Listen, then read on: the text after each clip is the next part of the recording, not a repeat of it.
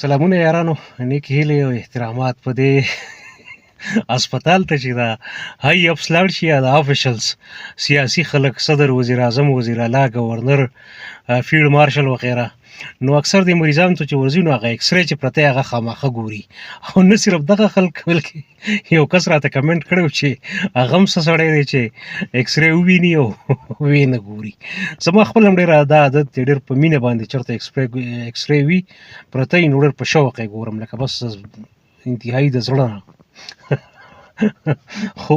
په دغه سیاسي خلکو کې که ستاسو خیال وي دا سړی داسې ډاکټر په شان د ایکس رې اړی راړی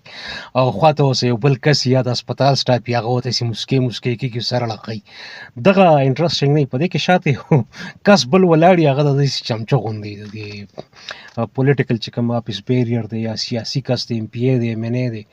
نو د دې یو چمچه او هغه داسې د خپل ایم این ای، ایم پی ای یا وزیر مشیر ته داسې ډېر په رشک په انداز کې ګوري، مسکۍ کېږي چې لکه زما صاحب خو ډاکټر هم دی، مطلب دا چې په ایکس رې هم پوهېږي. خو یو بل کس شاته ولاړ وي او د هغه په دې مخ باندې داسې شیطاني غوندې مسکراهټ یا داسې کمینه غوندې مسکراهټ خوري او هغه په یې ټوله لوبه پوهې چې زما دا صاحب د الف ب نه نه دی خبر یا د فیلډ نه دی، نو هغه داسې په ډېر ترسنده ګوري او داسې ډېر هغه سمایل یې چې کوم وي که نه، هغه ډېر د اداکارانو، ډېر د کلاړیانو، ډېر د رسېدلي خلکو وي. دغلته یو خو هغه چې د ده د خپل پیه یا د ده د خپل شامل باجا یا د ده د خپل پالشکر، نو دی خو ډېر په رشک په انداز کې ګوري، ډېر ښکلی سمایل ورکوي. خو دا بل داسې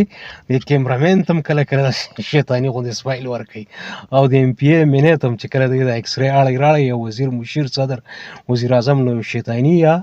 څه تمام وړاندې یو بل ټکی و چې کمینه غوندې مسکراهټ وي. بهرحال دغه کمنټ مې ډېر خوښ شوی چې هغه هم څه سړی دی چې ایکس رې ویني ویې نه ګوري. او زه خپله ما تاسو ته وړاندې مې وي کمنټ کې مې هم لیکلي و چې خپل هم چې ایکس رې کله م وینم په هر ځای کې چې ایون که په لار کې پرته وي چې ډېر ګنده نه وي ځای، نو خامخا راوچتوم او ګورم یې او خپل یو انډرسټینډینګ کې مې جوړېږي که نه بیخي پرې نه پوهېږم، خو بیا یې هم ګورم ودان د وخت راکولو. بس دا په لایټ ټون کې والی څه خاص مقصد یې نشته، هسې ګپ شپ کورم ودان کله کله بې مقصده خبرې، همیشه زړه مونږ بې مقصده خلک یي، لازمه نه ده چې خامخا به څه مقصد ځان له ګورو خبرو له،